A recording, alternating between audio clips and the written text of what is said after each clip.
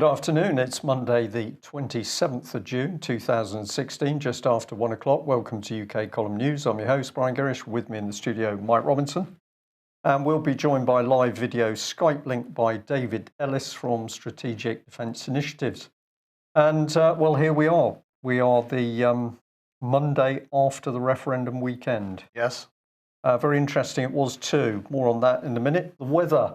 Well, we're told the weather in Dubai is hot and particularly humid, whereas across UK it's described as reasonable, which means a little bit of sunshine, quite a lot of cloud, and in a fair few places it's humid here as well. Well, we have to start with the sad news that UK column has, I think, upset a few people. Well, we did get a few comments following Friday's programme. This was indicative. And my word, a day like this and the UKC can't do anything else but spoil the moment. They could have waited until Monday to tell us what lurks in the future and just for a change focus on what wonderful opportunities are at the horizon.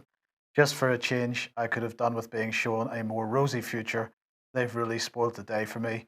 Now, of course, Brian, we weren't intending to spoil anybody's day.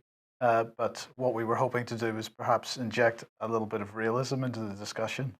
And I think the weekend actually proved that, Mike, because I was just astonished at some of the comments that came up. What were a few of them? A lady who runs a shop told me that she'd had mothers in with their children, where the mothers with young children, where the mothers were saying, my goodness, what is going to happen to my children as a result of a leave vote? People saying that the atmosphere at work following the vote was toxic, poisonous. So all sorts of things going on showing that this referendum has been extremely toxic and divisive. And we're going to say, of course, that's what it was designed to do. So do we shy away from telling people the truth, or do we say, we're going to tell you the truth and then you have to deal with it? I think that's our approach. Well, the question is truth starting to appear in the mainstream? I believe this was a cartoon in the Telegraph, thanks to whoever sent that through to us. You know, we were saying from the beginning that both sides of this argument were controlled, that it was a psychological operation, that it wasn't genuine. And certainly this cartoon sums up an awareness, perhaps, a coming awareness amongst people within the media establishment that was the case. Right, but I have to ask the question, Mike, in them pushing it out, is that actually designed to help inflame people and destabilise the situation further? Very good question. In the meantime, actually, a lot of people are focusing on George Osborne and the fact that he disappeared for a few days. Nobody really is giving the same criticism to Theresa May, and she did exactly the same. In fact, her entire demeanour right the way through the campaign was pretty low key, and as a result, she's being touted as a safe pair of hands, a unity leadership candidate, leadership candidate. But anyway, Osborne stuck his head above the parapet today and really saying it's all right, don't worry, we're in control. He's echoing the remarks that Mark Carnage made last week. It will not be plain sailing in the days ahead, he says, but let me be clear, you should not underestimate our resolve. We are prepared for the unexpected and we're equipped for whatever happens. And we're determined that, unlike 8 years ago, our financial system will help our country deal with any shocks and dampen them. So that's good. We can all sleep safe in our beds now. Well, I've always slept safely knowing that George Osborne was in control. Yes. So the media, of course, telling us that the pound has hit a new low. They're trying to tell us that this is a bad thing. Of course, some voices making the point that it's not really such a bad thing after all, because, of course, it helps British trade. And this is one of a number of sort of, actually, we're doing pretty well if we're outside the EU, articles in the mainstream press, opinion pieces. This one saying success will not be about centralized command and control bureaucracies. The reaction of the financial markets to Britain's decision to leave the EU was telling. Sterling fell sharply, but gilt yields actually rallied, and the FTSE 100 closed the day one of the better performing equity markets in the world. Instead, the locus of pain was peripheral Europe. Bond yields in Greece, Italy, Spain, and Portugal rose, reviving fears of the doom loop whereby undercapitalized banks prop up over-indebted governments, and so on. And certainly in a lot of the coverage today, a lot of the doom and gloom coverage regarding the financial system, it's been the banks in particular that have been hit the hardest today. Yeah. So we watch this with interest. And of course, trade, we can't mention trade without TTIP. And this is the French government now saying, the French Prime Minister saying no to TTIP. Oh, sorry, I do apologise. Yes, thank you. Right, so TTIP doesn't respect EU interests, and so the French Prime Minister saying no. I just wanted to put this up really just to remind everybody that TTIP exists because it has hardly been mentioned in the last few months. And just to ask the question once again, if Article 50 or whatever mechanism is finally decided on to get us out of the European Union, if that is ever actually invoked, will TTIP negotiations continue or will they not? If civil servants and government ministers continue to negotiate on TTIP, then I say once again, there is no intention that we should ever leave the European Union. And we can start to investigate the control of the City of London over the whole affair, whether it's Westminster or the European Union. Now, before the vote, Patrick Henningsen had said that post the referendum vote, the political landscape would be entirely changed, and that is indeed exactly what has happened. And of course, the attack on Corbyn continues with more and more people resigning. Lucy Powell resigned today, and she said it's absolutely not a planned coup.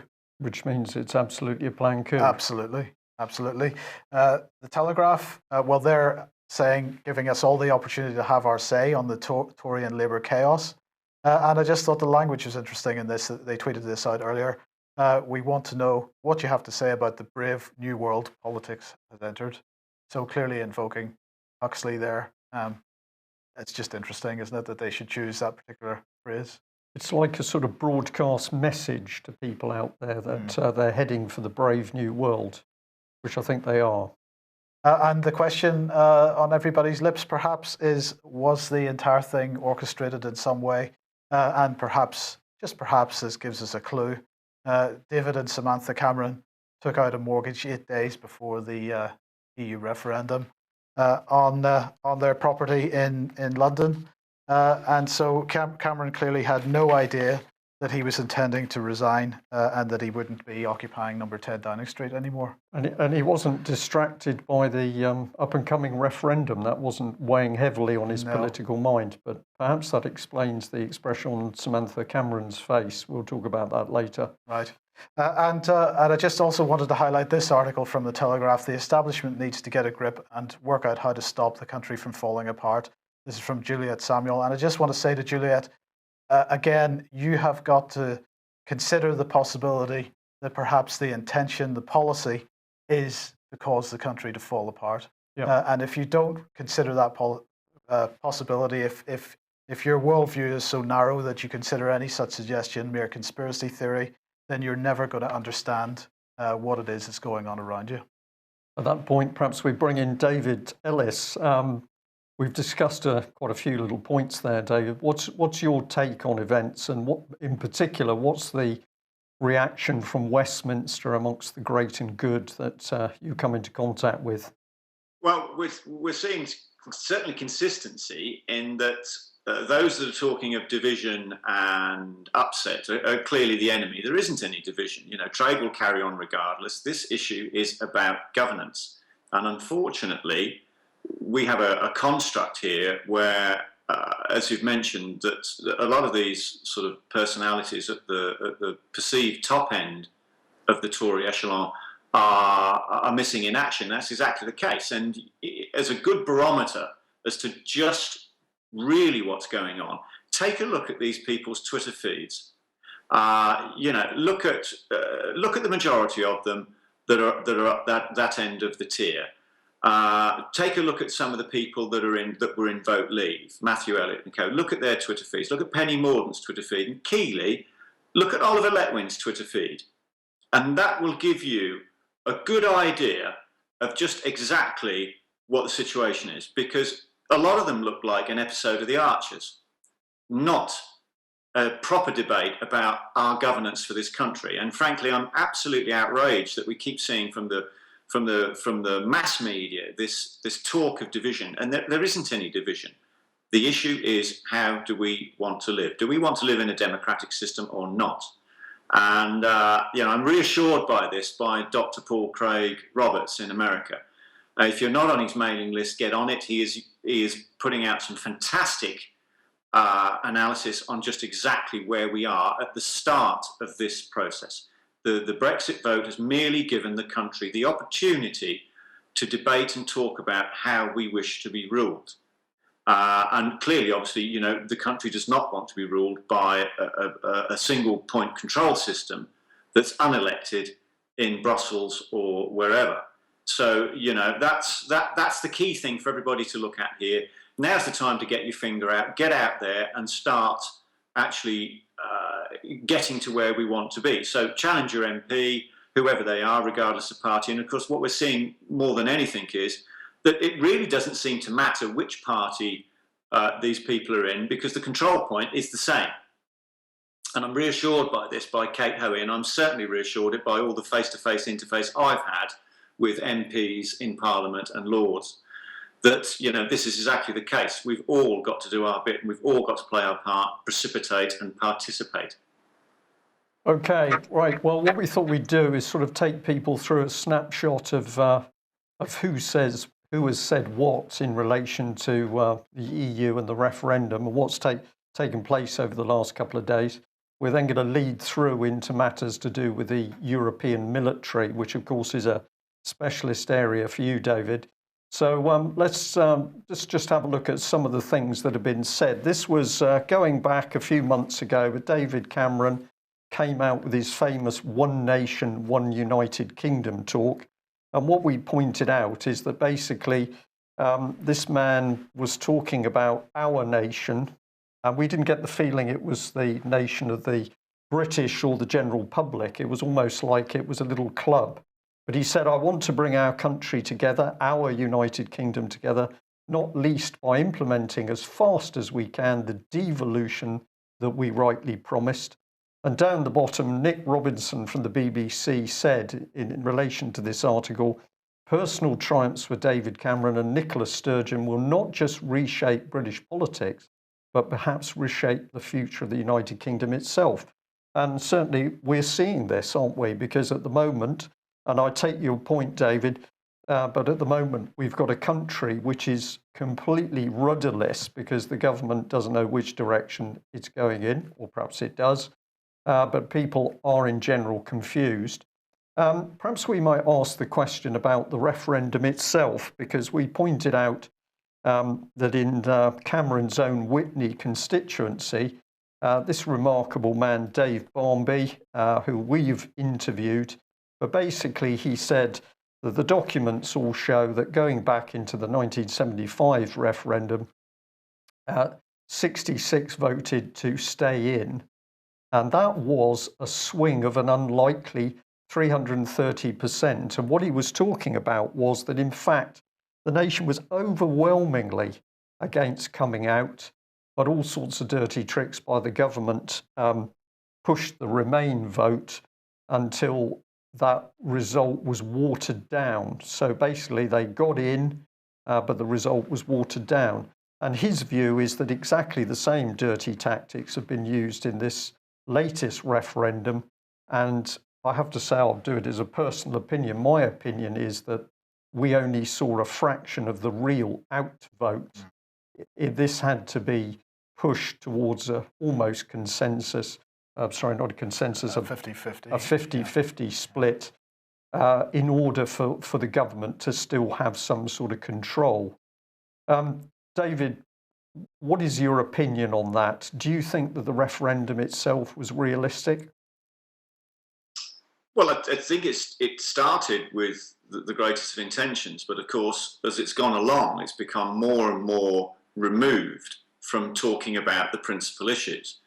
And there are only two precise sort of components to full political union, which means single point control. for whoever that is. Now, whether some people are saying that that's banking control or whether this is control from another point, but nonetheless, the intentions were that we would have this debate, and fair enough, we've done it. And I think there's been such a massive groundswell within the country that Britain wanted to govern itself. It wanted Parliament to be the checkpoint answerable to the people. Now, where this has become more and more complicated is, of course, is that the construct within and the hierarchy within Vote Leave was predominantly conservative. So regardless of whether your political party, I think it's pretty clear now that party politics is in a dreadful state. That when challenged by very senior military officers of good standing and good service who practice in this field, were rebutted by Vote Leave to discuss or put into the campaign the vital components. So there was a refusal from Vote Leave to actually engage on the component forms that the people needed to know about and understand. So what we're seeing there is more of the same control. And this frankly has not been helpful. It's not talked about the things that needed to be talked about. And this is absolutely linear with my personal interface with MPs and lords in Parliament, and that they refuse to discuss the key issues. One, of military union, and two, of ultimately what the financial union with currency would ultimately come hand in glove at some stage to then get the full political union. Now, at that point, of course, Parliament is moribund. It ceases to exist. And the debate is about the MPs doing their job to uphold their oath and their obligation to the electorate. So we've got the conflict between serving the people, regardless of their party. Their job is to serve the people, not to serve corporate interests or a bank or banks. These are two very separate issues. And this is the conflict, So if there's a divide, then perhaps that is the divide. The people, I do not believe, are divided. They just want to get on. Yeah. Well, let's follow on from that, because, of course, Mike Robinson here consistently said the vote would be out. Why? Because that enabled this cabal in Westminster to do all sorts of things. So if we just put some of those pieces together, Brexit central, well, we've got David Cameron stands down the moment we've got a vote to leave. And what is that going to do? Well, it's already starting to delay the whole process, because nothing can happen until there's a Conservative conference. We're going to say that's all part of the psychological operation. He's got his chum, Boris Johnson. Well, supposedly they disagree, but we've now got the BBC reporting that Boris Johnson has calmly said, well, of course, the referendum, it was a bit indecisive, Mike. It wasn't quite a clear result. And in any case, he's promising actually closer EU cooperation now that we've had a leave vote. Yes. So we're going to label that as a psychological operation on the nation. And then we've got Theresa May. And as Mike has already said, she went very, very quiet. We didn't see her at all during the referendum campaign. Now she's suddenly broken cover as the safe Prime Minister candidate. But if you look at what this woman has done, she's consistently worked to install and integrate EU security arrangements and policing in UK. So, safe, likeable woman? I don't think so. I think she's very dangerous. Psychological operation there. Somebody asked earlier, asked earlier if she was to become the Prime Minister, would that encourage votes towards a female president? Well, it could well be. I do mention this in a minute. All right, on a slide, because I think it's a very good point. But Theresa May, quiet, well-dressed, respectable lady. Look at the state surveillance empire that she's built up. Unbelievably dangerous. So Corbyn, we popped on screen there. What's happening now? Well, he's going to be attacked, because this man has clearly ruffled feathers. So we've now got this massive campaign. We don't like Corbyn. There's going to be a coup. If it's a coup, it's planned. That's part of the PSYOP as well. And I'll just add, of course, if Labour's destroyed, we're in a one-party state, aren't we? Yep. George Soros, well, this brings in Dave Ellis's point about the money people. So he's been bigging up Britain's advantages to being in the EU and at the same time threatening to cause financial chaos if a Brexit occurs. That's got to be a psychological operation. And of course, we need the BBC because their reporting has just been astonishing. On Friday, I think it was Radio 4, had a whole programme which was literally, we didn't do enough to support the EU. It was quite astonishing. Radio 2, I heard yesterday afternoon announcing that Parliament was sovereign. So that's a lie. So this has got to be a PSYOP ongoing every day. Well, we're missing one, and this is the what's it card, isn't it? The wild card, Sadiq Khan, the London mayor, where we've now got calls to make London an independent EU city-state. And of course, Mike, you have talked about that for many, many months, and we have several very good articles on the UK column website saying that this is ultimately the plan. You put these pieces together, this is not an ordinary referendum. There's something very, very dirty and nasty going on here. Who's the main man? Just before I bring David back in again. Well, let's remember David Cameron. Somebody kindly pointed this out to me, that he'd been sat there with two of his other chums. On the EU blackboard at the back, apparently the EU priorities were to break up the UK. Well, that's been achieved. Create hatred and violence in UK. That's well on the way. Create financial chaos. Do you think that's to come, Mike? Absolutely. And of course, they're going to deny with their mouths the work of their hands. But what was actually being discussed here is that Angela Merkel had got a little upset that the French didn't want to give David his bonus. He'd completed most of his tasks. Don't be mean, let him have his bonus. And Francois was swayed by the lovely Angela Merkel and her eyes. He said, who can resist you when your eyes sparkle like that? The boy can have his lolly. So there's David looking like a little schoolboy between the two of them. But of course, he has done the dirty work. He is breaking up Britain, which helps the French and the Germans. And we better bring in Sam Can, because of course she's been in the wings the whole way through. This was a BBC report. Cameron to quit as UK votes to leave the EU. Well, she said, oh, David, how will we survive financially? She obviously knew about the mortgage at that stage. Yeah. We won't be like those awful, ignorant, poor people who voted leave, will we? But there was a voice from the wilderness which said, David, give me a quick ring because there's quite a well-paid post coming up in the EU. So we won't let him off that easily, because what did he say in this BBC News report? It was my job to undermine Britain, destroy British industry, and decimate the British Armed Forces to help build the greater EU superstate. I've done a great job, and you ignorant peasants should be thankful. And Sam needed the last word. David, just tell them how much you despise them for being British.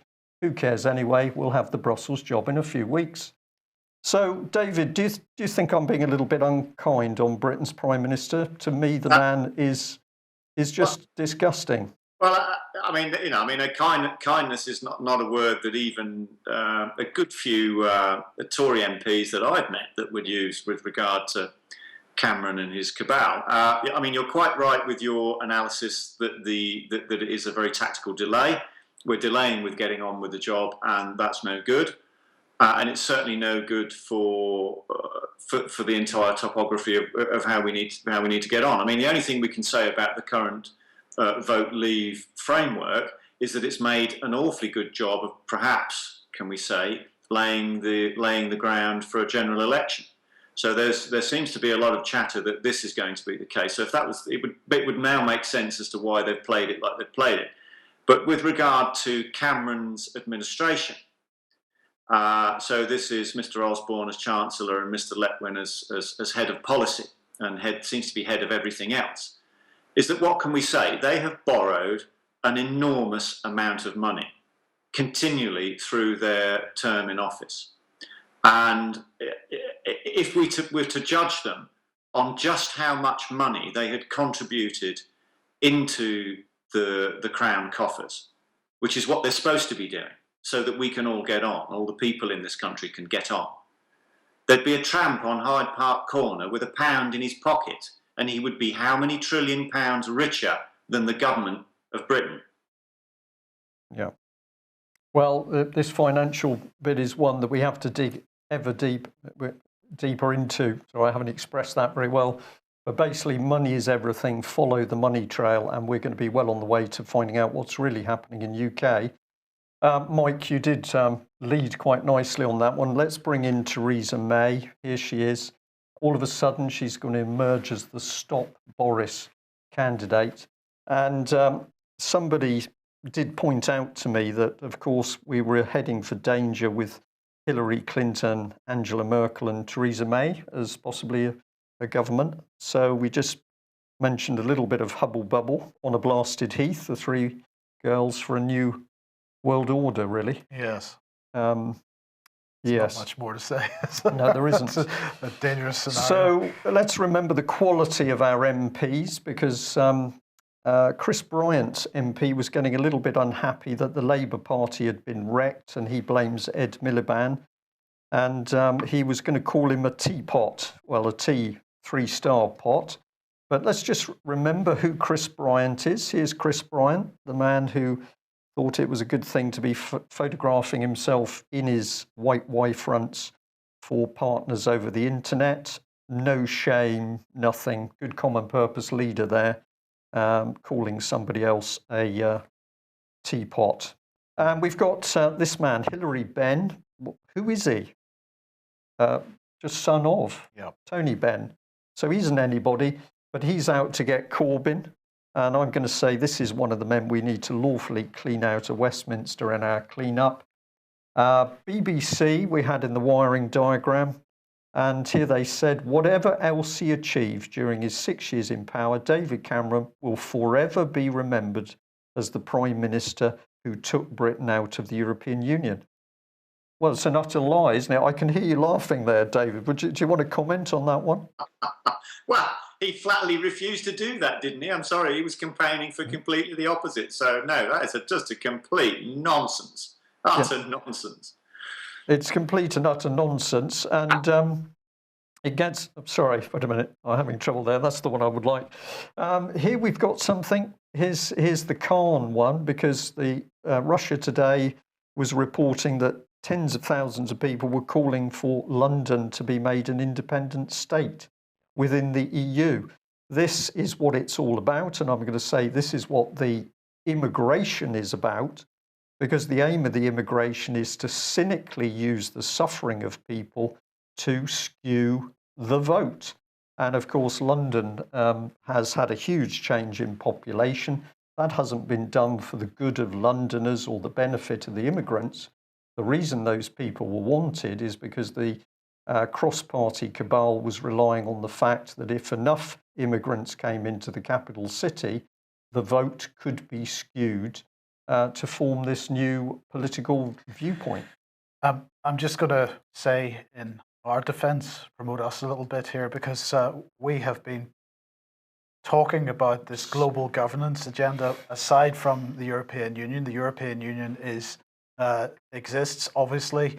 It is there. It is a single point of dictatorship, shall we call it? But under the surface has been this drive for global governance in many, many forms, including the city-states and the regional states.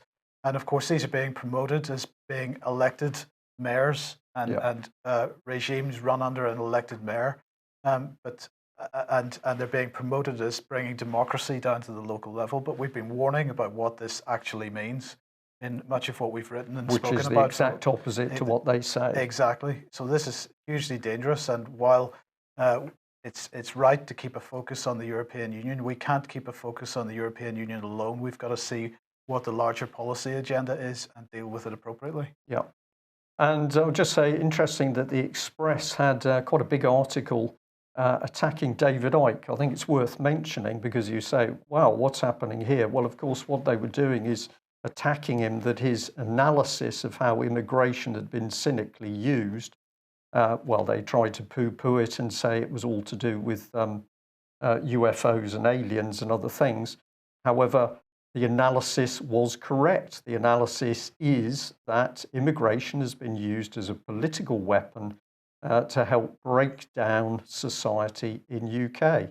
And of course, the people who have been moved in mass numbers, are victims themselves. This is the key thing to get into. So I think it's significant that the Express seems to be so frightened by analysis over the internet in particular, that they're having to try and refute it with a pretty crass article. You don't need to go far to see what's going on. Let's look at this statement from Boris. Here it is in BBC. Johnson pledges EU cooperation after referendum result. There he is, smug look on his face.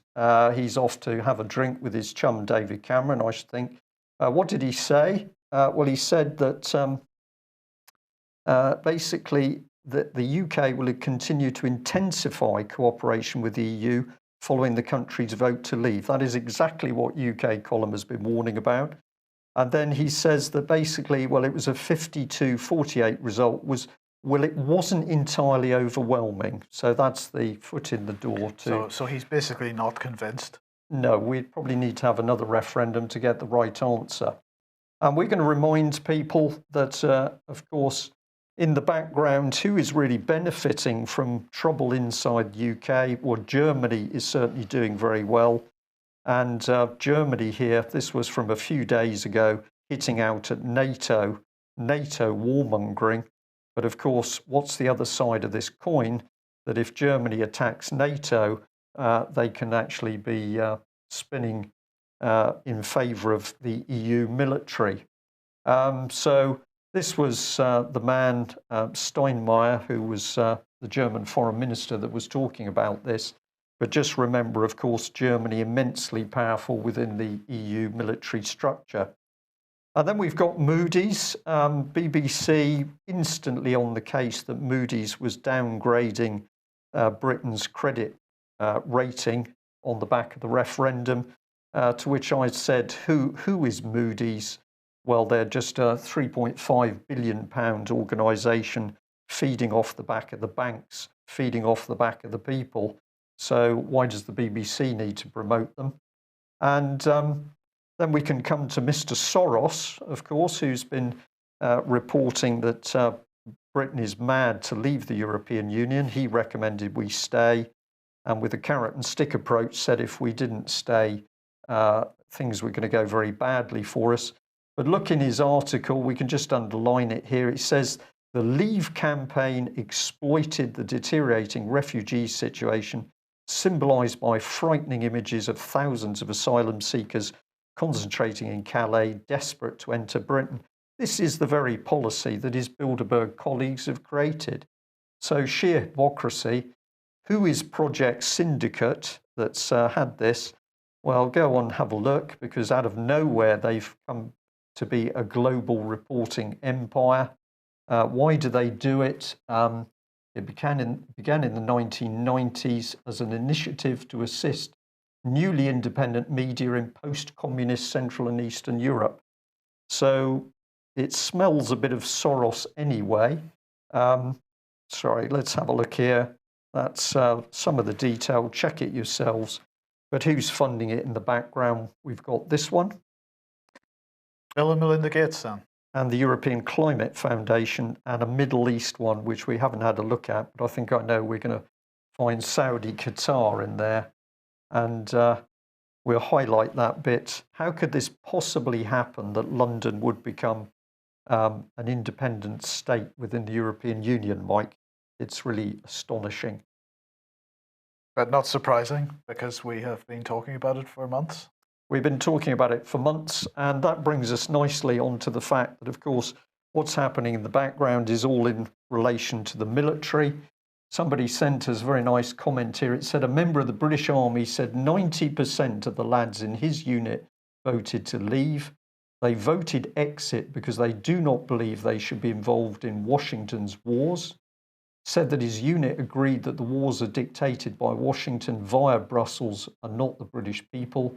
He also said that soldiers were taking their own pen to the ballot box because they only use pencils at the poll, and that could be rubbed out and changed. So some pretty crunchy stuff, and that leads us into what's happening behind the scenes with the ongoing creation of the EU military. Right, well, I'm going to jump back in time a little bit here because this is November 2015, and this is the annual conference of the European Defence Agency. This was Konrad Bruck, who's Director of Defence for Luxembourg, saying we urgently need to move to a common approach to European defence. And he said we welcome work on a global strategy that would encompass all the tools at our disposal to create a stronger and more secure Europe. We need to become more effective in facing crisis. We have the right tools and structures at our disposal. And then he was followed by Federica Mogherini, who is the High Representative of the European Union for Foreign Affairs. And she said, we have potentials in the EU treaties that we have not used yet, but we might do soon. And she's speaking about European defence. But what was interesting about this, at this meeting, she was also describing how it was quite clear that the civilian police would have to be militarised. And this was quite a focus of this meeting. She said that EU treaties have the necessary clauses to create an EU army, and those clauses might be used. And she was followed by Jens Stoltenberg, who said European security is interconnected. It's not something we should do, but something we must do. Well, here is Der Spiegel with an article here talking about Ms. Mogherini. She is producing a new document. It's called, if I can just find it here, it's called Shared Vision, Common Action, A Stronger Europe. And it says the EU wants to create, increase its cooperation in the foreign and security policy. The cooperation in defence matters must be the norm. We Europeans must assume more responsibility for our security. We must be willing and able to deter, respond to hazards, and to protect us from them. And she says in this document, the EU will systematically encourage cooperation in defence matters and create a powerful European defence industry, which is crucial that Europe can independently decide and act. And she says an annual coordinated review process at EU level to discuss the military spending plans of the member states could lead to greater coherence in the planning process in the defence sector and in the development of skills. And she also says, while NATO is there to protect its members from external attacks, the Europeans must in future be better equipped, trained and organised to act alone if necessary. And I'm just, before I hand over to David for comment, I'll just remind everybody, of course, that in the NATO Defence Ministers meeting a week and a half or a couple of weeks ago, they were specifically discussing the relationship between NATO and the newly integrated EU military structures.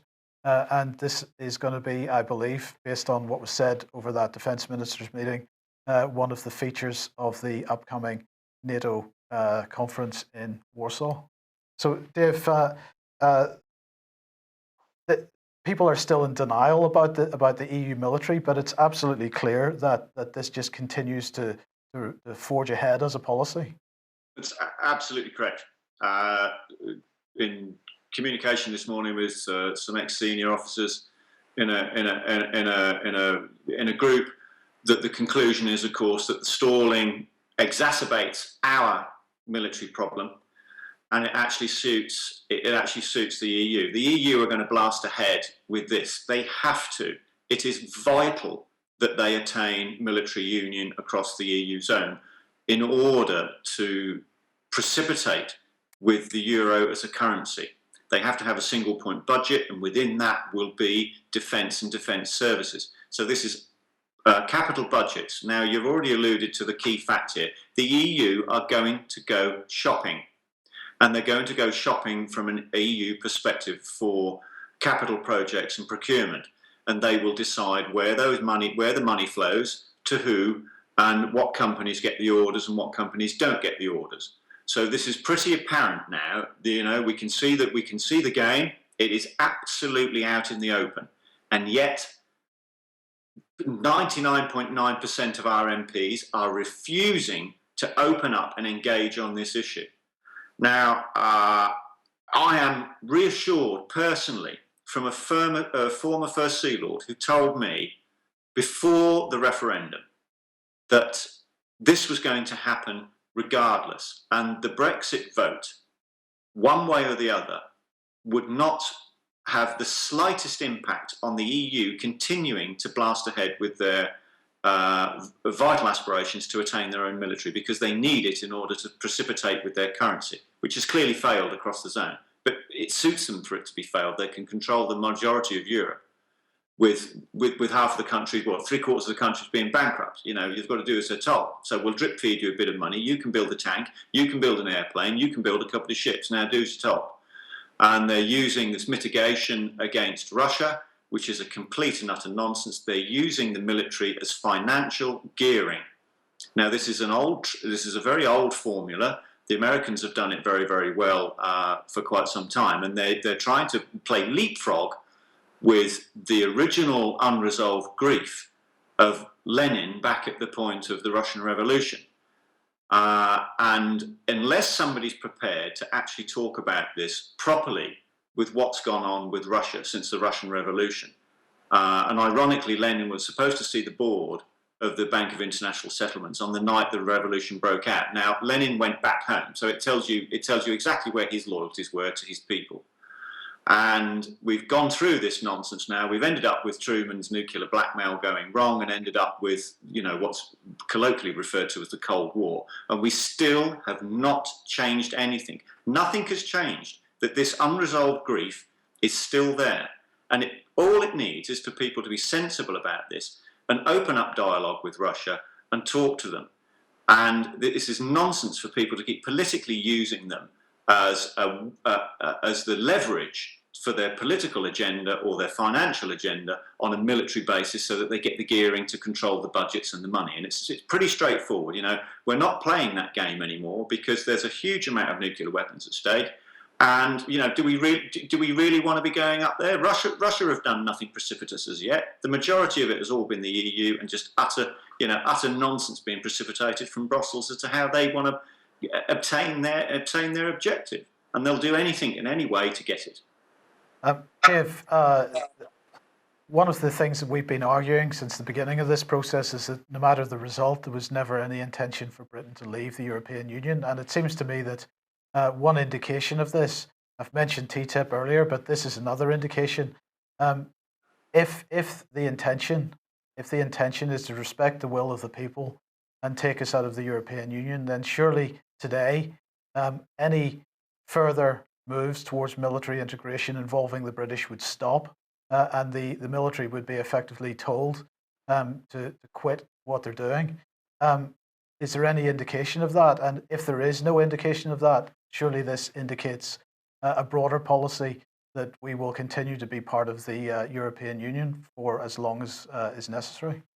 Well, there's certainly nothing precipitating out that we're gonna halt down that avenue. So it certainly alludes to the control point of policy, and who is controlling policy in Whitehall.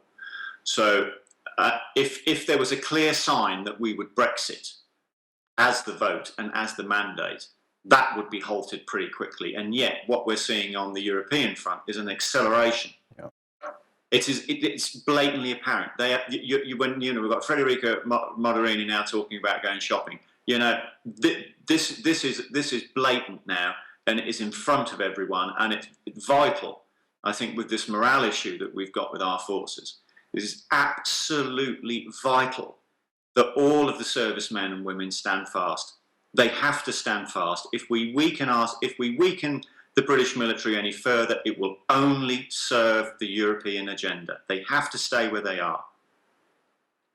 David, some very, very important points coming out of this, but the shopping one is so critical, because, of course, what it's allowing the European Union to do is get in and take over what is left of the British defence industry.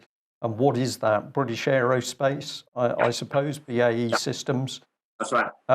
So the European Union controls the defence market. We don't need to get into the discussion about whether these defence markets are right or wrong. Let's just stick with the reality of the situation on the ground. They get in, they can control the firms, they control where the contracts go. And of course, if British industry, defence industry, doesn't get those contracts, then our capability is wiped out and the whole of the capability is sucked into Europe and will obviously go principally to German and French firms with some Italian participation and some participation from Eastern European countries who can produce very good military equipment. So this is about an economic takeover, which at the same time destroys Britain's military capability. Do any of these retired senior officers actually understand what is happening? They're starting to. It's a hard, slow process because a lot of them have been used to, for time, implementing policy as they're instructed as an officer. So this is now a very great step for them to get the other side of the fence and actually look at what the bigger agenda is, how the industry works, how it should work, and who's trying to gear it and go in whatever direction. But you're absolutely correct that, we've seen a big jump in Rolls-Royce shares, with the pound going down, which is a good thing for us nationally. This is not a problem. We're seeing gold skyrocket in price. But the fundamental thing here is that the industry, our British industry, it is vital. Without that as an engine, we're going to go nowhere, and it's being stalled. Now, we're seeing Cameron's government has delayed and delayed and delayed procurement of capital budgets for principal jobs, submarines, ships, frigates, etc., etc. And this, you can clearly see now that the agenda now, we've got even more stalling because, as it stands at the moment, unless the MPs realign and get their finger out quickly, we're going to see an even greater stalling whilst the EU forge ahead. They're carrying on. They're not going to wait. They're not going to wait for us. This is hardball, and it is vital now. And this is a process that we started today of having to get the officers now to sort of try and lobby as hard as they possibly can for progress to be made. It's interesting that we come back to the first Sea Lord I spoke to before the Brexit campaign started. He said that this would not make the Brexit vote one way or the other would not make a difference, and this is what he's alluding to, because the EU were going to carry on regardless, and the risks therefore increased. But principally, our discussions, not just on the shopping front, were relating to nuclear weapons and what was going to happen with Trident and all of the huge capital budgets, and what was going to happen with not just either servicing our current stocks of nuclear weapons and rearming the boats, but was to what was going to happen with the new generation of nuclear weapons that Oldham Aston are currently working on. So, this is the high stakes game that we're involved with now, is that if we don't get a grip of this, we're not just going to lose our military, we're going to lose the industry, and we're going to lose our state as we all know it. It's so apparent. And yet, over and over again, can we get the MPs to do something about it? Yeah. David, very, very serious times. I think key to it is that we all use the right language. What is the problem in Westminster? Treason is the problem, and it's being carried out cross-party. So hopefully some of these senior officers are going to start using the right language in describing what's left of the British government. I think on that note... We'll mention on that note, yes, that you're actually appearing with Ian Crane at 7:30 tonight on Humanity versus Insanity. Indeed, to discuss in more detail, I think, some of these issues, what's really happening in the country and what we can expect to happen post-referendum, particularly unless we do something about it. So, David Ellis, thank you very much for joining us. Thank you for your analysis. We are in deeply troubled times in UK. We need to know the facts before we can take the right action to counter it. Are people going to be saddened by the news as it comes out over the next few days and weeks? Absolutely. Chin up. Let's get on with the job. Thanks very much for joining us. We'll be back at the same time tomorrow. Bye-bye.